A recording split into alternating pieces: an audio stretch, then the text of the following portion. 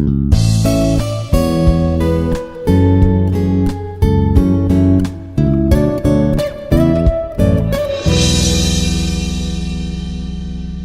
morning, students. I am B. Annapurna, working as an assistant professor in ECE department, Institute of Aeronautical Engineering. Today we will study about microwave laboratory first experiment, study of microwave components. In this, we will study about different microwave components present in the microwave bench setup to learn different microwave experiments. The first block present in the microwave bench setup is the Klystron power supply.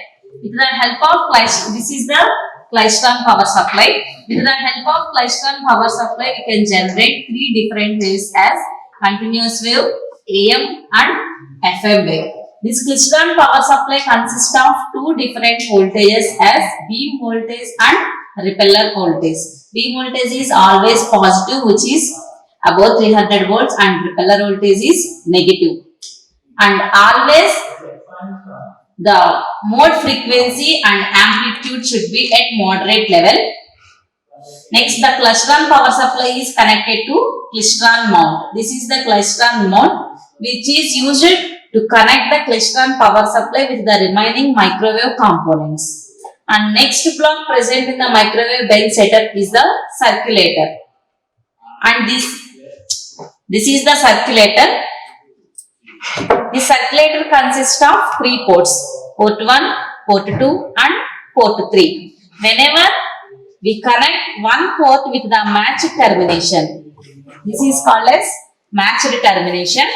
If we connect one port with the matched termination, then this circulator consists of only two ports, and this is called as isolator. Now, after this Klystron mount, we have an isolator. This isolator consists of two ports, port 1 and port 2. The third port of this isolator is connected to a matched termination. Now, with the help of this isolator from port 1, we apply the input through this isolator. Then at port 2, we obtain the output. So, the main purpose of this isolator is to avoid the reflections coming from the port 2 and to transmit the entire signal from port 1 and avoid the reflections from port 2. That's why after this Klystron mount, we are connecting the input to the isolator. This isolator consists of two ports. The second port of the isolator is connected to a frequency meter. This is frequency meter. The frequency meter is used to measure the frequency of incoming microwave signals. So that's why this frequency meter consists of frequencies from 8 to 12 gigahertz. Here we have horizontal lines from bottom to top, and all the lines are in silver color. Only two copper lines are present. Among this frequency meter, we have only two copper lines.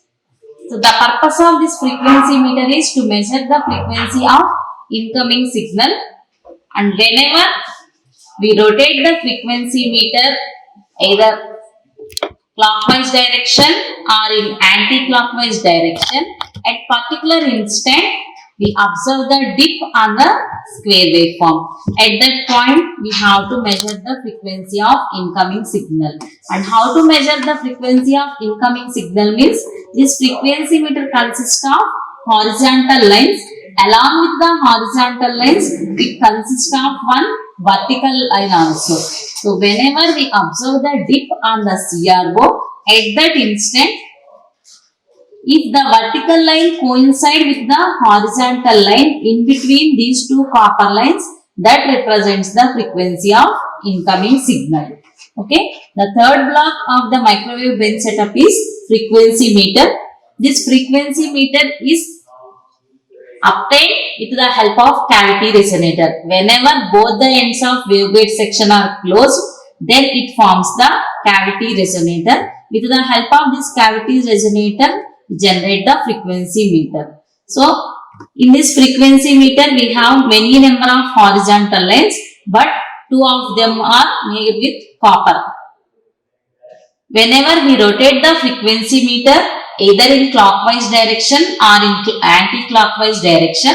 At a particular instant, we observe the dip on the square wave which is present in the CRO.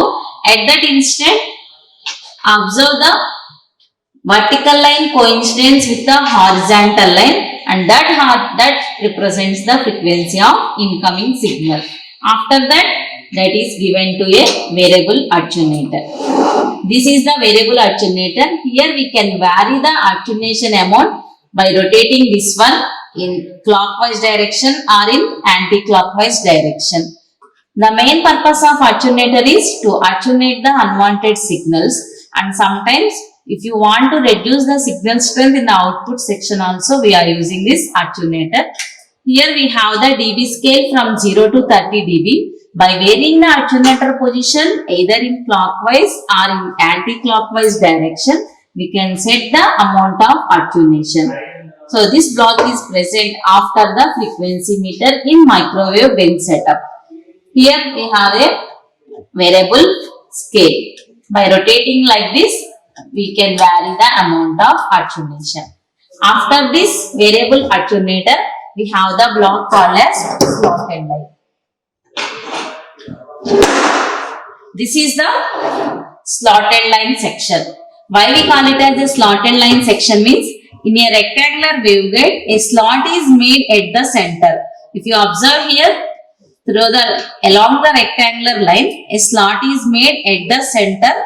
That's why it is called as slotted line section. This slotted line section consists of a normal scale. Along with the normal scale, it has vernier scale also. So this is the slotted line section. We can move the probe along the slotted line section like this. By varying the probe along the slotted line section, we observe the square wave pattern on CRO. In the microwave bench setup, the main component is the slotted line section. With the help of this slotted line section only, we measure the VSWR readings and we measure the square wave pattern on the CRO. That's why while studying about the microwave components, this slotted line section is very important. Why we call it as slotted line section means, in a rectangular waveguide, a slot is made at the center and this is called as probe carries. And the probe is moved along the slotted line section. So if you move the probe to any one direction, either to the right side or to the entire left side direction, according to that we observe the standing wave patterns. With the help of that standing wave patterns, we observe the VSWR readings. That is the main purpose of this slotted line section. And this slotted line section is connected to the CRO with the help of this probe. We can connect the probe. One end of the probe is connected to the slotted line section like this, and another end of the probe is connected to CRO. By varying this level of the probe which is present on the probe carriage, we can observe the readings. And then after this slotted line section, we have a detector mount. To this detector mount, again this detector mount can also be connected to the CRO. Why we consider this diode detector mount only means, detector mount is used to observe the wave patterns on the CRO without any deviations. That's why we consider the detector mount here. Along with this microwave bench setup, if you go for different experiments, we have many more components. And the remaining components present in the microwave laboratory are, the next one is this one. This is called as Magic T. This Magic T consists of 4 ports: port 1, port 2, port 3 and port 4. This is called as Magic T, or this is also called as EH plane T junction. And the purpose of this Magic T or EH plane T junction is to split the power into different directions, or to combine the power coming from the different directions. We are using this Magic T. We have E plane T junction, H plane T junction and EH plane T junction. To observe the E plane T junction pattern, when we connect the matched termination to third port, then this circuit becomes E-plane T-junction. Similarly, if you connect the matched termination to the fourth port, then the same circuit will be acting as H-plane T-junction. Then instead of that, if you have a 4 ports like this will be acting as EH-plane T-junction or magic T. The purpose of E-plane T, H-plane T or magic T-junction is to split the power or to combine the power coming from different directions. And the next block is directional coupler. This is also one of the microwave component. The main purpose of this directional coupler is to transmit the power in a particular direction. We are using this directional coupler. This directional coupler also consists of 4 ports. Port 1, port 2, port 3 and port 4. Always the 4th port is connected to a fixed batch termination. Why? Because the directional coupler is mainly used to transmit the power in forward direction only and not to transmit the power in backward direction. That's why always 4th port is connected to matched termination. So practically we have only 3 ports. This is about directional coupler. And next block is this is SS tuner. The purpose of this SS tuner is to measure the VSWR readings. To measure medium or high VSWR, we are using this SS tuner. By varying the position of this SS tuner through this section of SS tuner, we observe the readings. At the same time, the SS tuner, here if you observe this one,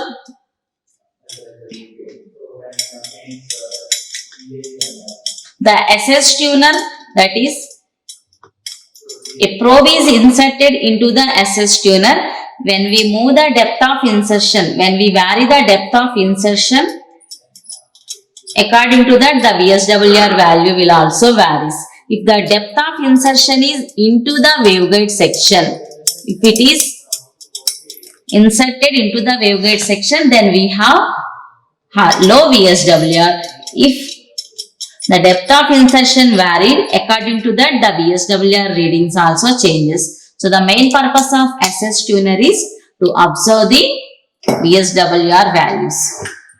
And the another microwave component is the bend. The purpose of this bend is whenever we need to connect 2 different microwave components, like if you want to connect from rectangular waveguide to the circular, if you have, then we are using bends. Or sometimes if the structure is, if you want a 90 degrees or 180 degrees shift, then we are using this bends in microwave components.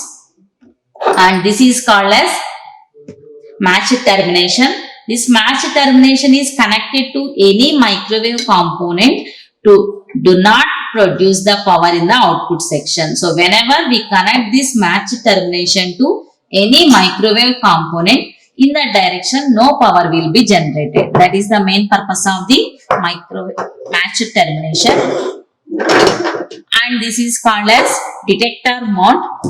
With the help of detector mount, we can observe the square wave pattern on CRO by connecting the CRO probe to this detector mount. Next, this one is movable shot. So this movable shot is also used to measure the VSWR. So this, we can vary the position of this movable shot by varying its length to the waveguide section. If you vary the position of movable shot, the shot will be inserted or that will be moved coming from the rectangular waveguide section. Like that, by varying the position of this shot into the movable rectangular waveguide section or coming out from the rectangular waveguide section, there is a variation in the VSWR reading. In this way, we can measure VSWR with the help of movable shot also. These are the different microwave components present in the microwave laboratory. Along with this, we have VSWR meter. This is VSWR meter. That VSWR meter is helpful to measure the VSWR. That's why that meter consists of 4 different scales. Those are normal VSWR, and second scale represents expandable VSWR, and third one is dB scale, and fourth one is expanded dB scales. Depends upon our requirement, we can choose different scales to measure the readings. If you want to measure the output power in decibels, we consider the decibel scale. If you want to measure the readings in normal SWR readings, we are using first and second scales. And the VSWR having the range from 0 to 60 dB, and we can use this VSWR in normal mode and experimental mode or 5 dB mode. Always the fine will be present in the midpoint. The coarse and fine present in the VSWR are present in the midsection. This is about different microwave components present in the microwave laboratory. Thank you. Like, share and subscribe. Hit the bell icon for more updates.